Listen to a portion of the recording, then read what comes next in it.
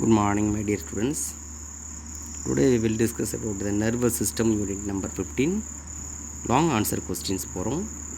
நாங்கள் கொஸ்டின் பேஜுக்கு போகலாம். லாங் ஆன்சர் கொஸ்டின் பாருங்கள். What will you do if someone pricks your can with a needle? Elucidate the pathway of response with a neat labeled diagram. Book backல third question. Lengthy answer question, long answer question தான். Answer லெங்க்த்தாக இருக்கும். இதுக்கான ஆன்சருங்கிறது பார்த்தீங்கன்னா reflex action தான் அதுக்கான answer. 5 mark important 5 mark question,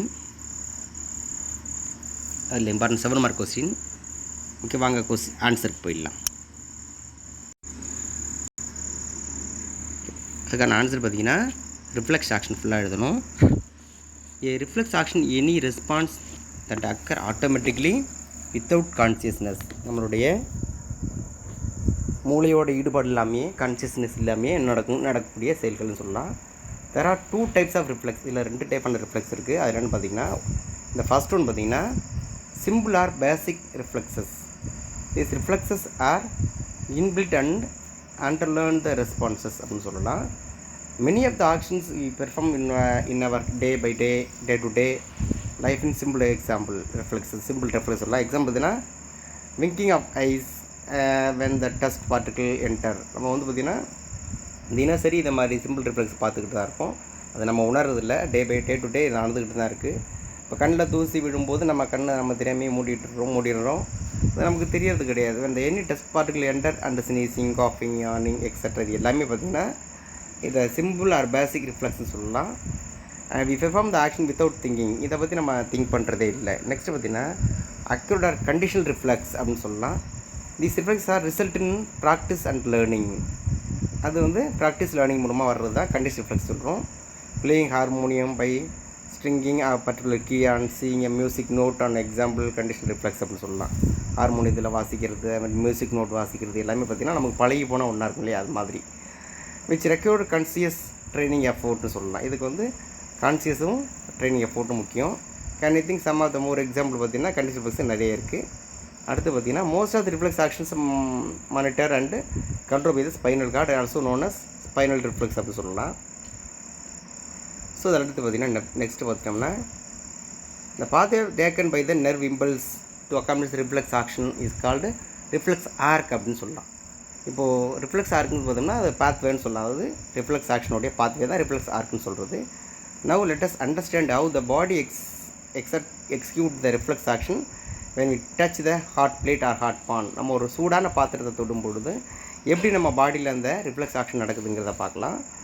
when we touch the very hot pan, the stimulus is a heater which is sensed to receptor called a heat receptor or thermoreceptor in our hand. The stimulus, that means the heat, in turn trigger in the impulse in the sensory neuron. ஒரு நம்ம சூடான பாத்திரத்தை தொடும்பொழுது பார்த்திங்கன்னா நம்ம பாடியில் இருக்கக்கூடிய அந்த sensory ரிசெப்டரில், குறிப்பாக பார்த்திங்கன்னா சென்சரி ரிசெப்டரில் heat receptor and thermo receptor activate ஆகும். அது உடனே ஸ்டிமுலஸ் என்ன செய்யும், இம்பல்ஸ் மூலமாக சென்சரி நியூரானுக்கு அனுப்பும். அதுதான் நம்ம ஃபஸ்ட்டு ஸ்டெப் அப்படி சொல்கிறோம். அதுக்கான டயக்ராம் இப்போ பார்ப்போம். ஃபஸ்ட்டு ஒரு சூடான பாத்திரத்தை நம்ம தொடும்போது அது எஃபெக்டர் ஆர்கன் வழியாக அதை வந்து என்ன செய்யும், மோட்டார் நியூரான் வந்து ரிலே நியூரானுக்கு அனுப்பிடும். அடுத்து அங்கேருந்து சென்சரி நியூரான் வழியாக திரும்ப அது வந்து சிக்னல் வரும். இப்போ சென்சரி நியூரான் பார்த்திங்கன்னா ட்ரான்ஸ்மிட் அவர் கன்வே அந்த message to the spinal card. அது எங்கே அனுப்புதுன்னு பார்த்திங்கன்னா ஸ்பைனல் கார்டுக்கு என்ன செய்யுது, சென்சரி நியூரான் வந்து அந்த கன்சர்ன் சிக்னலை ட்ரான்ஸ்மிட் பண்ணும். அடுத்து ஸ்பைனல் கார்டு எடுத்துக்கலாம். ஸ்பைனல் கார்டு பார்த்திங்கன்னா interpret that stimulus and the impulse is passed on the relay neuron which in turn the transmit in the motor neuron அப்படின்னு சொல்லலாம். ஸ்பைனல் கார்ட்லேருந்து இன்டர்பிரேட் ஆகும். அடுத்து பார்த்திங்கன்னா மோட்டார் நியூரான் பார்த்திங்கன்னா carry the command from the spinal cord to our arm அப்படின்னு சொல்லலாம். இப்போ motor neuron என்ன பண்ணுறது, அந்த கமாண்டை வந்து கேரி பண்ணிட்டு வரும். எங்கேருந்துன்னா ஃப்ரம் ஸ்பைனல் கார்ட்லேருந்து டு அவர் ஆம், திருப்பி நம்ம ஆம்ஸுக்கு அது கேரி பண்ணிட்டு வரும். நெக்ஸ்ட்டு மசில் இன் அவர் ஆம் contract, we withdraw our hand immediately from the bone. உடனே என்ன செய்யும், மசில் வந்து கையில் உடைய மசில்ஸ் வந்து கான்ட்ராக்ட் ஆகும். கான்ட்ராக்ட் என்ன செய்யும், உடனே நம்ம கை வித்ட்ரா ஆகிடும், கை எடுக்கப்பட்டுரும். இமிடியேட்லி சூடான பாத்திரத்துலேருந்து உடனே நம்ம கையை எடுத்துருவோம். In this example muscle is an effector organ which has respond to the heat அப்படின்னு சொல்லலாம். You will study in higher classes how the neural impulse trigger in the muscular movement. இப்போ இது வரைக்கும் எழுதுனீங்கனாலே போதும். ஓகேயா, வாங்க நெக்ஸ்ட் கொஸ்டின் போகலாம்.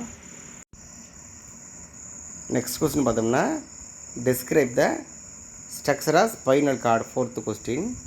ஓகேயா, அதை பார்க்கலாம் வாங்க. இப்போ ஸ்பைனல் கார்டு பாருங்கள். ஸ்பைனல் கார்டு ஈஸியாக cylindrical structure lying the neural canal of the vertebral column அப்படின்னு சொல்லலாம். நியூரல் கேனல் இருக்கு இல்லையா, முதுகெலும்பு இருக்கக்கூடிய நியூரல் கேனலுக்குள்ளே வந்து அப்படியே தொங்கிக்கிட்டு இருக்குது தான் ஸ்பைனல் கார்டுன்னு சொல்கிறோம். It is also covered by meninges அப்படின்னு சொல்லக்கூடிய உரையால் மூடப்பட்டிருக்கும். Extend from the lower end of the medulla oblongata the first lumbar vertebra அப்படின்னு சொல்லலாம். அதான் பார்த்திங்கன்னா மெடுலா ஒப்ளாங்கட்டாவிலேருந்து ஆரம்பித்து ஃபஸ்ட் லம்பார் வெர்டிப்ரான்னு சொல்லக்கூடிய இடுப்பெலும்போட ஃபஸ்ட்டு லம்பார் வரைக்கும் அது லெங்க்த்தியாக போயிட்டுருக்கு. இந்த posterior most region of the spinal cord tapers into the thin fibrous thread-like structure called phylum terminale அப்படின்னு சொல்கிறோம். நெக்ஸ்ட்டு பார்த்தீங்கன்னா internally the spinal cord contains a cerebrospinal fluid filled the cavity known as central canal அப்படின்னு சொல்லலாம். இந்த grey matter of spinal cord is shape பார்த்தீங்கன்னா H ஷேப்டாக இருக்கும். The upper end and letter H forms a posterior horns அப்படின்னு சொல்கிறோம். And lower form வந்து இது anterior horns form பண்ணுது. A bundle of fibers pass into the posterior horn forming tarsal or afferent root அப்படின்னு சொல்லலாம். The fibers என்ன செய்யுதுன்னா passed outward from the anterior horn forming the ventral or afferent root அப்படின்னு சொல்லலாம். These are two roots joined from the spinal nerves form ஆகிடும்.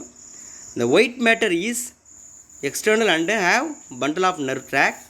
Spinal cord பார்த்தீங்கன்னா conduct the sensory and motor impulse from the brain. Impulse to the brain கடத்தும். And also it controls the reflex action of the body. பாடியோட reflex action இது கண்ட்ரோலில் வச்சுக்கும். அதுக்கான diagram பாருங்கள். White matter, grey matter, sensor neuron, posterior horn. இதை பார்த்துட்டிங்கன்னா motor neurons இருக்குது. அடுத்து பார்த்திங்கன்னா ஆன்டீரியர் ஹார்ன் இருக்குது, சென்ட்ரல் கேன் இருக்குது, ஸ்பைனல் நர்வ்ஸ் இருக்குது இல்லைங்களா. எல்லாமே பார்த்திங்கன்னா அந்த டயக்ராம் வரையணும் நீங்கள். ஓகேயா, வாங்க அடுத்து நெக்ஸ்ட்டு 2 ஃபங்க்ஷன் இன்டீரியர் கொஸ்டின் 2 பார்க்கலாம். இதில் பார்த்தீங்கன்னா function of the CSF very important 2 mark. It act as a shock absorbing fluid and protect the brain from damage when it is subjected to sudden jerk. அதான் பார்த்தீங்கன்னா function of சிஎஸ்எஃப்ங்கிறது ஒரு important 2 mark தான். இதில் பார்த்துட்டிங்கன்னா என்ன அப்படின்னு பார்த்தோம்னா இது ஒரு அதிர்வு தாங்கியாக செயல்படுகின்றதுன்னு சொல்லலாம். It supply the nutrition to the பிரெயினுக்கு தேவையான நியூட்ரிஷன்ஸை சப்ளை பண்ணுறது எதுன்னு பார்த்தீங்கன்னா சிஎஸ்எஃப் தான். அதுமாதிரி it collect and remove the wastes from the பிரெயினில் இருந்து பார்த்திங்கன்னா அந்த வேஸ்டஸ் எல்லாம் ரிமூவ் பண்ணுறது, கலெக்ட் பண்ணுறது எல்லாமே சிஎஸ்எஃபோட ஃபங்க்ஷன் தான். It is also responsible for the maintaining a constant pressure inside the கிரேனியத்தில் இருக்கக்கூடிய ப்ரெஷரை வந்து மெயின்டைன் பண்ணுறது அப்படிங்கிறது பார்த்திங்கன்னா செரிப்ரோஸ்பைனல் ஃப்ளூயிட்னு சொல்லக்கூடிய சிஎஸ்எஃப் தான். வாட் இஸ் சிஎஸ்எஃப் அப்படின்னு எடுத்துட்டோம் கூட இந்த brain is suspended the spinal fluid environment that is called cerebrospinal fluid CSF அப்படின்னு சொல்கிறோம். It is a lymph-like watery fluid that surround the and protect the brain within the skull அப்படின்னு சொல்லலாம். It is also fills the central canal of the spinal cord. இது பார்த்திங்கன்னா என்ன பார்த்தீங்கன்னா spinal கார்டோட central கேனலுக்குள்ளே தான் அந்த ஃபுல்லாகவே என்ன பண்ணியிருக்குன்னா அது ஃபுல்லாக இருக்கும். அதாவது பார்த்திங்கன்னா பிரெயினோட வென்ட்ரிக்கிளில் ஆரம்பித்து ஸ்பைனல் கார்டு உள்ள வரைக்கும் இருக்கக்கூடிய இன்னர் கேவிட்டி வந்து ஃபுல்லாக எது ஃபுல்லாக இருக்கும் பார்த்திங்கன்னா வாட்ரி ஃப்ளூயிட் கலர்லெஸ்ஸாக இருக்கும். அதான் சொல்கிறோம் அந்த சிஎஸ்எஃப் அப்படின்னு சொல்கிறோம். சரியா, இது வந்து முக்கியமாக என்ன பார்த்தீங்கன்னா ப்ரொடக்ஷன் ஆஃப் த பிரெயின் அப்படின்னு சொல்லலாம். பிரெயினை வந்து பாதுகாக்கிறது ஒரு முக்கியமான வேலை. அது இல்லாமல் பிரெயினுக்கு தேவையான நியூட்ரிஷன்ஸ் வேல்யூ அண்டு ஹார்மோன்ஸு இப்படி அதில் இருக்கக்கூடிய வேஸ்டஸ் ரிமூவ் பண்ணுறது, இப்படி எல்லா ஒர்க்கையும் பண்ணுறதுன்னு பார்த்திங்கன்னா செரிப்ரோஸ்பைனல் ஃப்ளூயிட் தான் இல்லையா. அது இல்லாமல் இந்த செரிப்ரோஸ்பைனல் ஃப்ளூயிட் எது வரைக்கும் இருக்குது, ஸ்பைனல் கார்டு எண்டு வரைக்குமே அந்த செரிப்ரோஸ்பைனல் ஃப்ளூயிட் வந்து கண்டக்டாக இருக்கும். ரைட்டுங்களா. Okay students, thank you to all.